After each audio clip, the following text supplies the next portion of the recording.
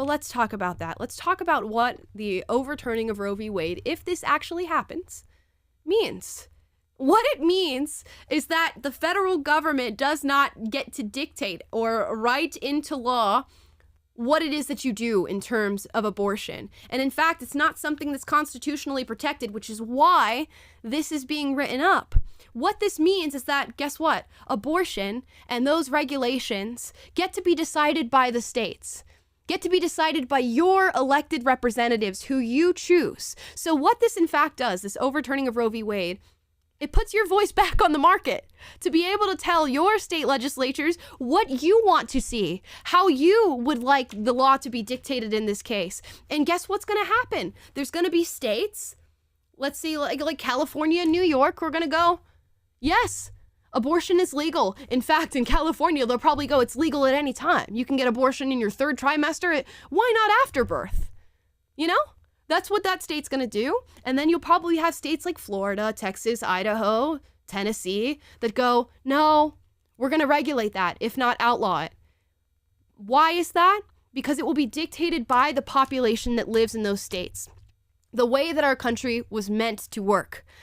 Our country is not meant to work in this system where the federal government dictates everything and anything that you do. Although, you know, we'd be shocked by that considering the last 2 years that we went through with this pandemic, because apparently the federal government gets to tell you everything that you do with your body, and suddenly it's not your body, your choice anymore when COVID is here. But now we're back to my body, my choice, and the left is crying that the federal government isn't telling them what to do with their bodies. And again, let's talk about that, because they used to be anti-establishment. They used to be pro-skepticism. They used to be anti-government, an anti-government agency in a lot of ways. But now they're saying, Daddy government, please tell me what to do with my body. Please legislate this for me. Instead of giving me actual democratic power and allowing me to voice my opinion in the state of my choice and allow that state to dictate what we do with our laws. That is all that this means.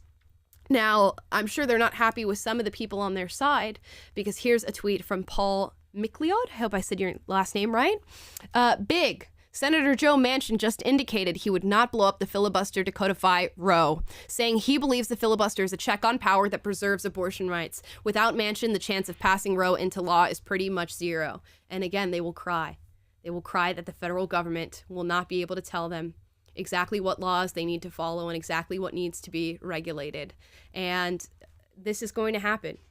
It seems, at least, because again, the Supreme Court has come out and said, yes, this is true. We did write this. We did draft this. You weren't supposed to see it, but it is a real document. And now we're taking to the streets prematurely before we even know what is going on. Here's another tweet from Rich Lowry. If you're an institutionalist until a Supreme Court decision goes against you, you're not an institutionalist. Exactly. And that seems to be the case with everything in life. We're so okay with it as long as it supports our narrative. We're so okay with it as long as it supports our agenda and the way that we view our lives. But as soon as anybody else gets an opinion or anybody else gets to make a choice in the matter, oh no, couldn't possibly be an institutionalist. If you say you value norms and are fine with this leak, you don't believe in norms. If you piously talk of rules and never apply them to yourself, you don't have any rules. And that just sort of reiterates what we've already said. With the left being so anti-vigilantism, how dare somebody take the law into their own hands, but they're so happy to see that this document was unethically leaked. So really, the Supreme Court was our last institution to really have trust in.